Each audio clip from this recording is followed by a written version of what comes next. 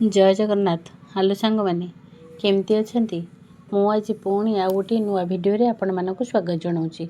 मु आज आपण मानक नहीं आसी डिसेम्बर मासर अद्विका बैठकर तृतीय सप्ताहर रेजुलेसन टी को। ताहले चलतु भिडियोटी को स्टार्ट करवा।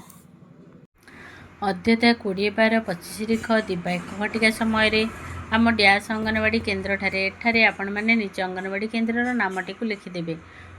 साप्ताहिका अद्विका बैठक अनुष्ठित होइथिला। उक्त बैठक में ग्रामर समस्त किशोर किशोरी आशा दीदी जीकेएस मेम्बर अंगनवाड़ी कर्मी और सहायिका इत्यादि उपस्थित रही आलोचन अंशग्रहण करथिले। एही बैठक में झरणा साहू सखी एवं रोजालिन साहू सहेली भाव में बैठक परिचालन कर्मी को सहयोग करथिले। एठारे आपण माने निजर सखी एवं सहेलीर नामटी को लिखिदेवे।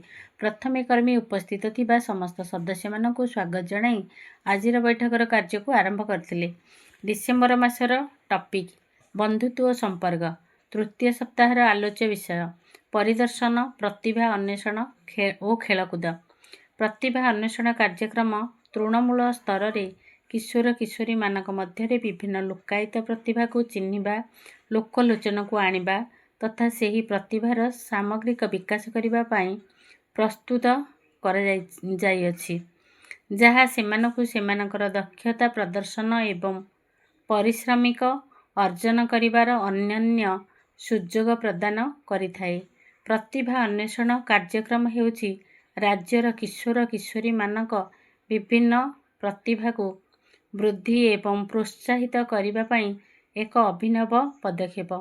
एही कार्यक्रम अधीन रे प्रकल्प स्तर रे विभिन्न प्रकार नृत्य गीत कला वक्तृता रचना लिखन झोटी अंकन प्रतियोगिता एवं विभिन्न खेलकूद प्रतियोगिता आदि आयोजन करा जाय थाए।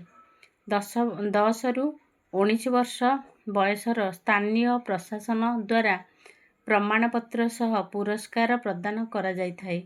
आलोचना शेष में धन्यवाद जनाई सभा सांग करागला। भौणी मैंने आशा करुछि आजिर रेजुलेसन टी निश्चित आपण मानकर मन को पाइबो। ताले प्लीज गोटे लाइक करिवे एवं सब्सक्राइब करिबा पई भूलिबे नाही। रहिली।